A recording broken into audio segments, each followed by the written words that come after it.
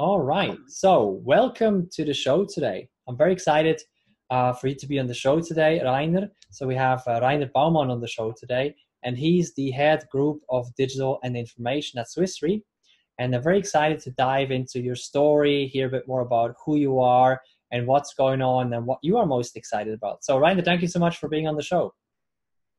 So, Thanks, Danny. dive right into the story right away. So can you talk about maybe some of the defining moments that you feel along your journey really shaped you as a human being, shaped you as a leader along the way? It started probably very early with my grandfather, where I've seen that when you work pretty focused, that you can achieve a lot, bring up your own company. That's why I started my own business with 14, and I lost more or less my entire customer base when I was 19 because the schools were taken over from the communes with respect to their IT equipment. And then I needed to find a new spot, and that probably pushed me on in my entrepreneurial way of thinking. And after my studies, probably a second key moment was when I was with an SME and suddenly realized I'm never going to do what I truly like, shaping, transforming, advancing stuff. And then I thought like, oh, let's join something more crazy, and applied for astronaut. I made it under one of the second last groups out of several thousand folks. However, you don't see me on IAS, so I tried to find something else crazy. And the other crazy spot was called McKinsey, which taught me most of what I need today to actually move stuff. I like that story a lot. So this is, I recently talked to somebody who called themselves a failed rock star. Now I'm talking to an astronaut. I like that. I like that a lot. A failed astronaut. Maybe, who knows? But very, very interesting stories. One thing that I always hear is along the journey is, people, you mentioned your grandfather was somebody there. Are there other specific people along the way that you feel that really, made a big impression that, shaped you along the way? Look, I had the luxury to meet a lot of great guys, and there was no one which made a distinct impact. It was much more the breadth of seeing many different guys. And to share, for example, one story, one of the senior directors at McKinsey, Clemens Yatter, he led the whole digital space in Scandinavia when the Iceland jumped into the financial crisis. He has citizens from there thought like, good, I'll take half a year break, went over there, joined the prime minister, did the turnaround of the country, and see where Iceland is today. And when you see what a single man can do, if he just wants to move the needle, this was highly impressive for me. And these kind of inspirational leaders which show every one of us can make a difference. The question is just where and when. And at least I never thought about turning a country around. However, it seems to be possible. No, yeah, this is a big one. It's also very different from a business. A country is very different from a business as well. The principles are similar, but from how things work is very different. I'm curious about the astronaut thing. I just want to jump back there. What is it that fascinated you or inspired you to go on this crazy journey? That's a very good question. When I was young as a child, I always dreamt about flying to space. I had all these romantic dreams of being out there and looking at the world and shaping the things. When I then became older, it turned rather into a fascination of technology. And I wouldn't have been a pilot for that one. The time passed by a while. I would have been a board engineer of the ISS. And as the board engineer, you're responsible for everything. And you need to be pretty good with doing the stuff with your own hands. So getting electronic stuff fixed, but also doing classical let's say, fixation with screws, but programming the machine. It's literally everything you deal. You're the man who runs the whole thing there.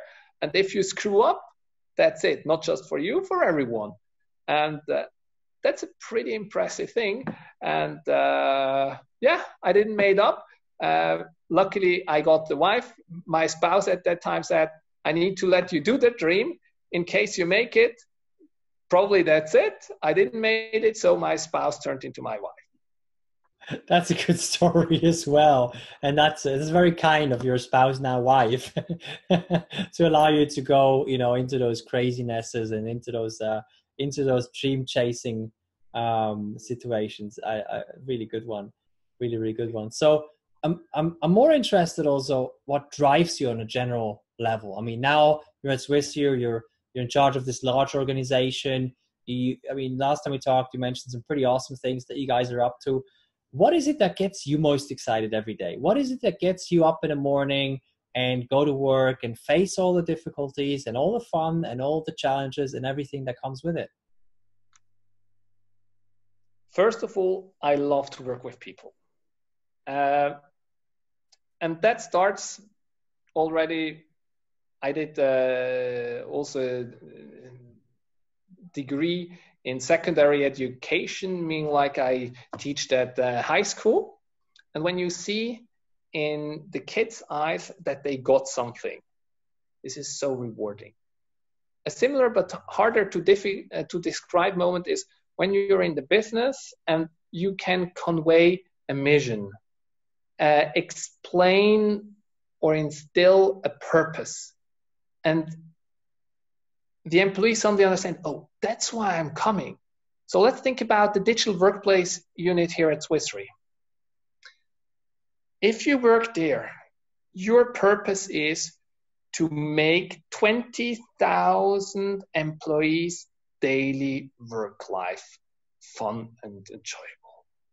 If you screw up, let's not talk about that one. It's about motivating, but that's exactly the thing. You drive that moment. And the same thing is when you go to other units. Digitization in it, everybody's mouth. And everybody think like, we become digital. But what does that mean? Obviously, insurance and even more reinsurance is one of the most conservative businesses around the world. And here you can have a major, major impact. A lot of the advancements of that company bringing to the new economic world, we influence on a daily basis. Those of you which are listening at that moment and have studied computer science, electrical engineering, or something close by 10, 15, or 20 years ago, have you ever thought that the center of the business world is not economics, but becomes digital? That we are talking more about transforming technologies instead of numbers, corporate finance, how you optimize leverage. I still remember very, very well when all the financial mechanics and other things were much higher weighted. Today, you can have a leverage of 5 in your box or 10. But if you have scale in reach of customer, then you make up a factor 10,000, 100,000 more within a few months. So we have complete different levers. And that is the second thing beside people, which motivates me most, is I'm still a little kid who's fascinated by the world out there. I like to explore. I try to find out new stuff, try out things. And when it works, I'm just excited, like my daughter. I love that sense of exploration there. Goes pretty much hand in hand with the astronaut very much. I guess that's one of the reasons there as well, in that curiosity about things. And it's fascinating, to see that at the core drive when it comes to leadership. We talked a lot about leadership, I guess. It's about instilling purpose. It's about the mission. It's about the vision. It's about driving things forward. It's about making sure people feel that sense and come to work with that sense. And then, well, things are a lot easier. Things get driven much faster, much better. And it's such a powerful thing when you started and said, it's about the people really. And it always is. It's so interesting. You know, it doesn't matter if we talk about technology or systems, or it doesn't matter. At the end of the day, it's always about the people. It's very fascinating. It's also, you know, interesting to hear that. Now you mentioned insurance, reinsurance, of course, especially. Is this something you just slipped into by accident? Is it something that you joined by choice? And was it, you mentioned it very briefly, but what is it about the reinsurance world that excites you? Now, I hope no one from SwissRe is listening in, because to be fully transparent, when I joined McKinsey, I always said the insurance space is the last one I'm gonna work. Banking is just so posh and just about squeezing money out, and the insurance is on top even boring. I changed my mind pretty massively. In reinsurance, we're interested in how the world works in its most inner pieces. We want to understand everything. Allow me to share the example. How do I excite data scientists? And we regularly win offers against the very big ones in the market. And how can we do that? If you work for us, you can explore more or less everything, being it longevity, diseases, society's evolution, geological developments, catastrophes, earthquakes, global warming, but going on to agriculture. How can you grow more crops? How can you produce in a factory more, I would say, proficient? How can you assure that you don't have business interruptions? How can you save financial products, up to how can you assure that some people don't do crazy stuff, or if somebody does something crazy, that you're not completely ruined financially. Actually, there is almost nothing we are not interested in. We try to model and understand everything. And having said that, I don't know a place where you can jump from left to right and just explore everything. And this perhaps comes back to this curiosity. I'm truly thrilled here that I speak with all the different businesses which are interested, and not just interested, for them it's essential to understand these different things. And we are part of that journey. It's really interesting, the kind of like red thread that I'm hearing. It's always about that exploration. You know, if you like to explore this area or a different area, or well, many different things, it's a great place. And it's really interesting to see that red thread of exploration, from the astronauts to all the things that you've been involved in, to reinsurance as well. You know, this way of saying, well, the sky and ways beyond is the limit, or maybe there is no limit to sort of like what you can explore. This is very powerful, and obviously that is a massive piece that gets you excited every single day. Now, I want to learn a bit more about some of the stories or some of the lessons that you learned as part of your journey. So first question there is, what would you consider your biggest lesson that you learned so far? Maybe lesson/failure or lesson/success. What would you say is one of the biggest lessons so far that you learned on your journey? When we talk about failure, and we all should talk about failure, then the challenge is rather where to start. And I actually don't know where to start. Probably my first substantial failure was I had my own company, and I allowed one customer just to pay a bit late. And at the end, it ended up with a 10K loss on my own book when I was 20.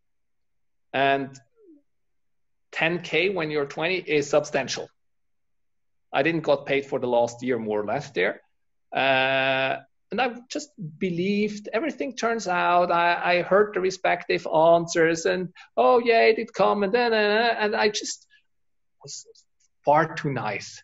And actually, I still battle with that, because I like to be nice, but reality proves on and on. If you're too nice, life doesn't treat you as fairly as you would expect it vice versa. So that's probably a first one, but there are a lot of other failures in a business context, then suddenly with a few zeros more behind, when you start a big initiative which should transform major parts of your value chain, and you push it off nicely.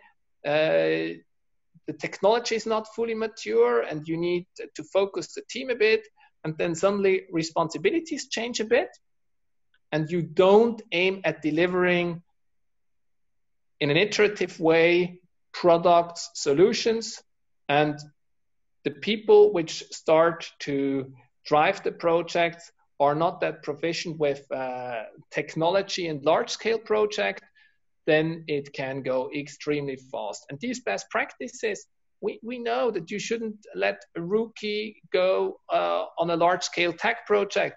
You shouldn't hand over responsibilities too fast, especially when something's typical. And yes, I did all of it wrong as well. And it wasn't such a good outcome. We just need to stop that baby. But at the end, that's where we need to see it. And I would say we all need to continuously learn, and probably without doing a failure, you don't advance yourself. These are some big lessons there, from start to finish. You know, in a smaller context and then in a bigger context. But I think the principles there are key. One is about maybe the right word is being naive a little bit. Maybe that's the right word there in the very first story that we mentioned, in terms of, well, it will work out, it will be paid, and this and this and this. And you know, the other things about, well, there's a lot about leadership, and that's something I really want to talk about as well.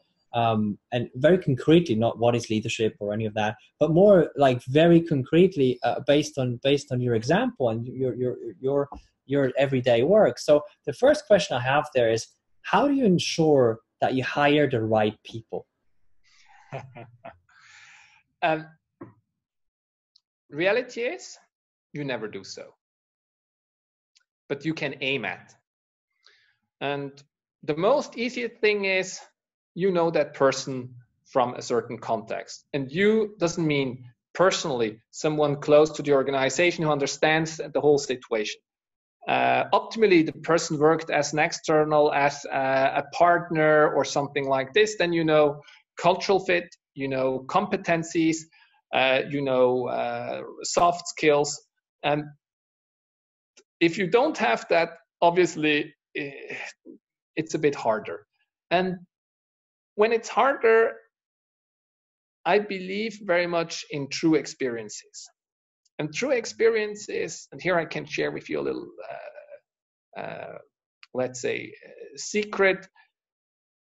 If you do interviews, if you talk with individuals, don't ask them how they solved a situation.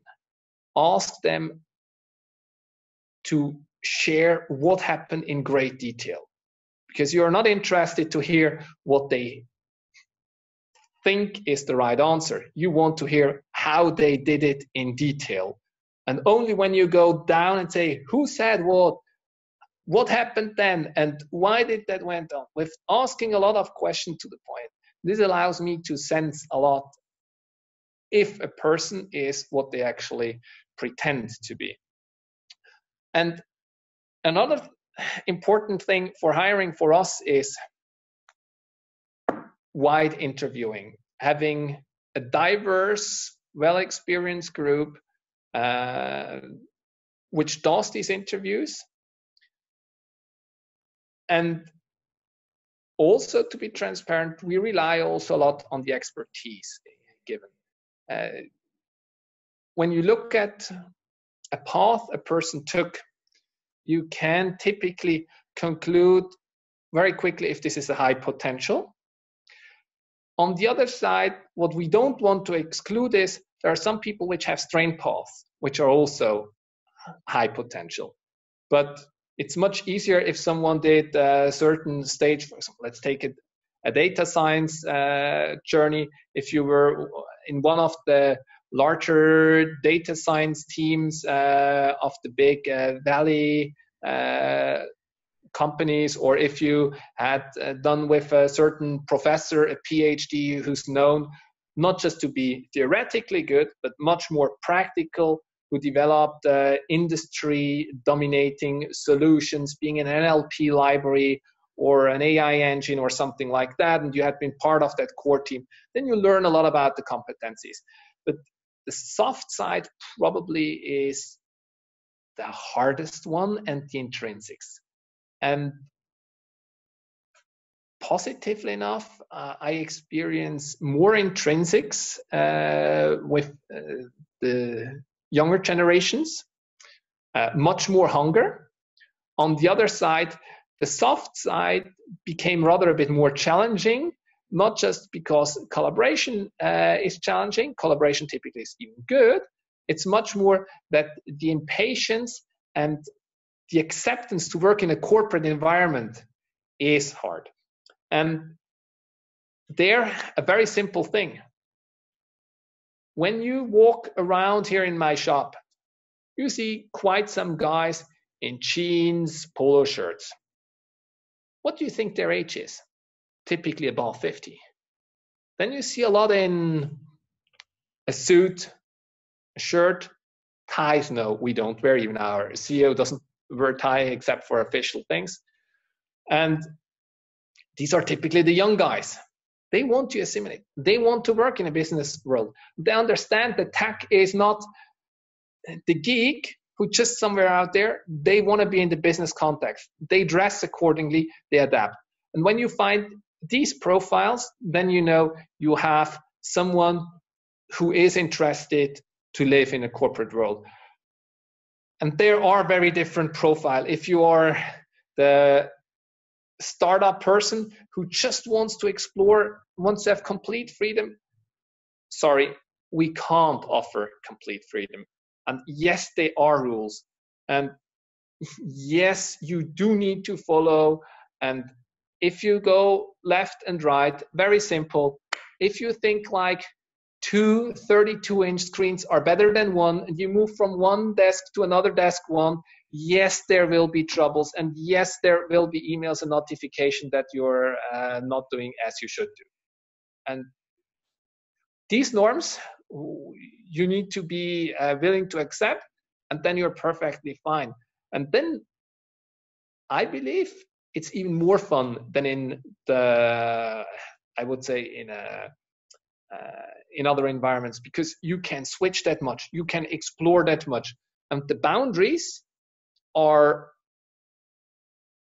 extremely open. If you're in a company with such a huge balance sheet, if you move our losses by 0.5%, you make billions, multiple billions.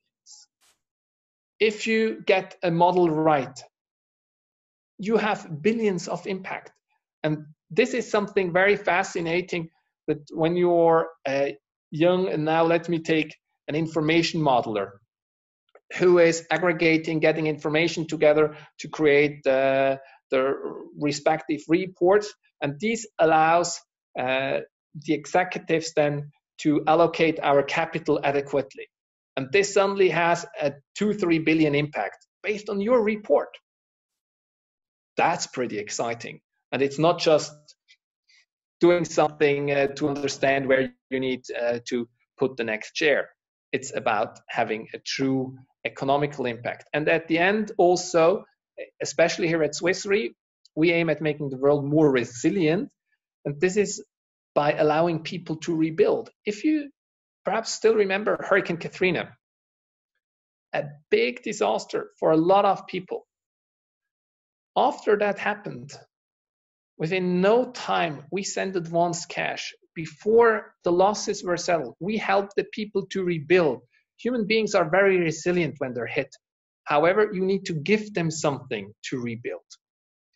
And having the respective environment which allows to do that is, again, very exciting.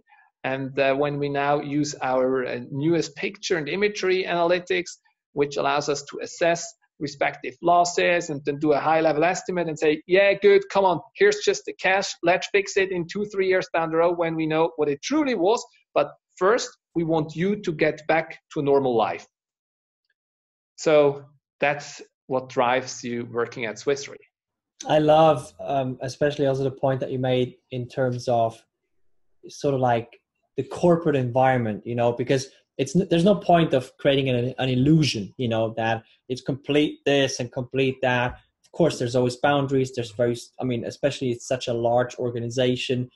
There's certain things in place and everything. And then, of course, within that environment, there is a lot of space to explore and everything. But as always, I mean, there are rules and everything that goes with it. So once people come on board, I'm curious about the next step, or not just the next step, but also with people within the organization. How do you enable people to work together well, especially cross-functional? First of all, I always say my main job is to provide an environment, to shape a culture, to shape rules. And there it starts with empowering people, as for example, my direct reports and some of their direct reports, they just sign with my name. They spend money in my name. And I don't know in detail the things. Obviously, there are certain rules and we say good if it's that relevant. But I think you need to let go these stuff, and a corporate environment typically doesn't facilitate that well. So you need to find still an okayish path, but still give that power down. And with that, you already create a certain tone. Then it's a next crucial tone is around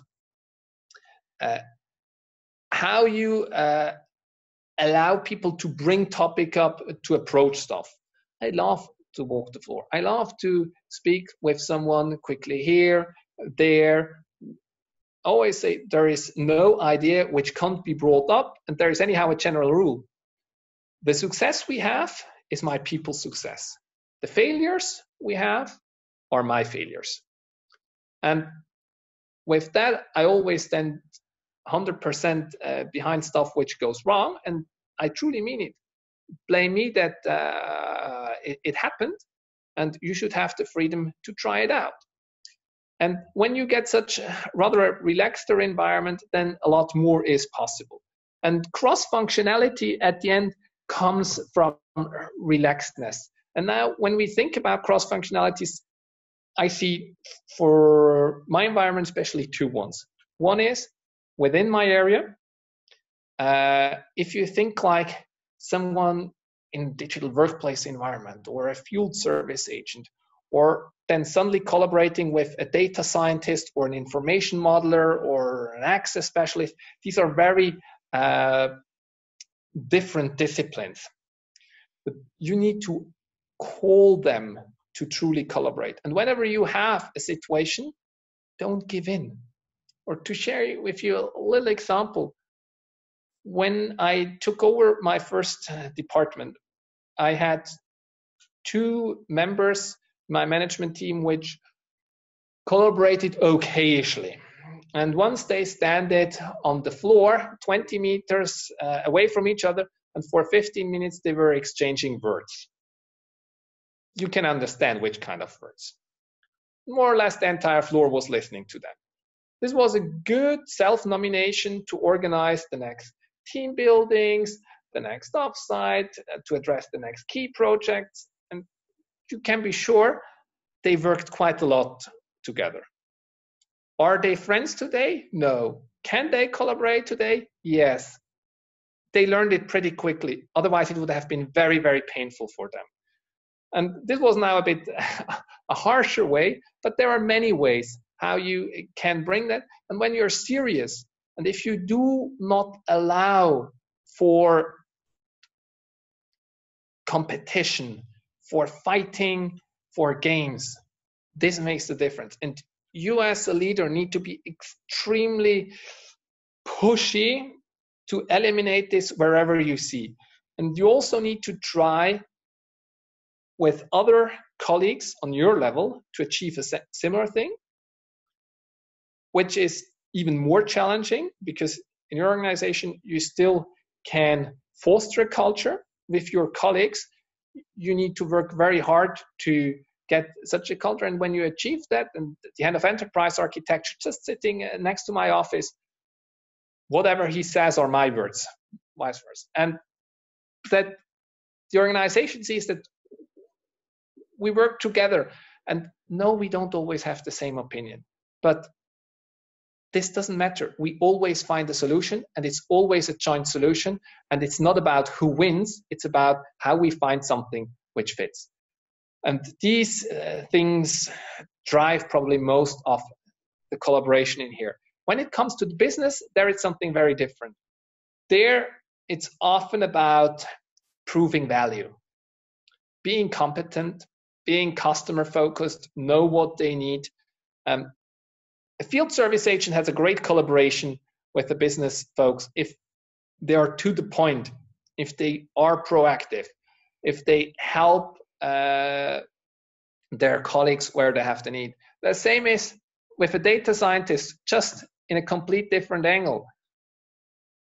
And in SwissRe, we foster collaboration a lot. However, the reality is at the end, it's on each individual and it's a daily effort. And only if we want to collaborate, it happens. And we need to ask for collaboration bidirectionally. Too often, corporate collaboration is used as a unilateral call for a better service instead of true collaboration, or a bit more pronounced. If you say, I'm not happy how access management handles this, we need to have better offerings here, more support. This means actually you want them to do everything, they should collaborate better, but the reality is you don't want to do anything.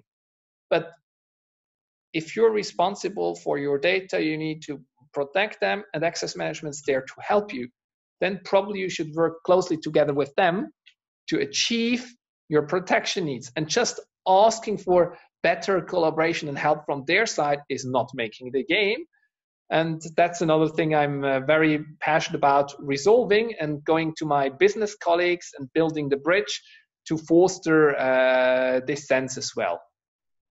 I love that, in the very beginning you mentioned your job is about creating the environment, and everything that you mentioned afterwards is really about that. It's about that environment, and where people can feel safe. Of course, they're always challenged and everything as well, but they can also feel safe in that environment. They know they have the freedom of play in certain ways and everything, and it's everything about that environment. Thank you for going into so much details as well and giving so many examples. So the last question I have is a bit more up in the clouds. So let's imagine for a second that you're a magician, you get a magic wand, and you got a genie question, or a genie wish actually. What is it that you would wish for, with that genie, that can multiply the impact that you have on the organization, on the work that you do, or on humanity itself? On humanity itself is a very, very big wish, and we always come with peace, love, happiness, and food for everyone. Obviously, that would, by the way, come first, and not just for Muslim, probably for most of us, but a bit more realistic and more closer to my biggest wish to the world out there, and to all of you which are listening in today. Always have good intents. Always have good intents. And too often I see people doing something with a second agenda. A lot of the challenges we have in business is because people play games, optimize their own, and don't try just to be good. That's a big one, and I think that goes all the way up to the humanity level.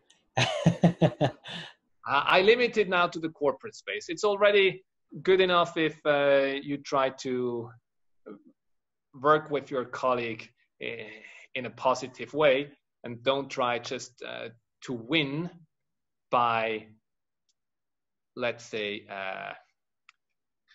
chipping them out, I guess we win all together much better and have much more fun than when you try to win by being, let's say, outsmarting others. I love that. Thank you so much for sharing that. And what we're going to do below this video, we're going to link to your LinkedIn profile, to the company page as well, so people can connect. They can learn more about what's going on, what's happening about, with the company, cool stuff that you're up to, cool stuff that the company's up to.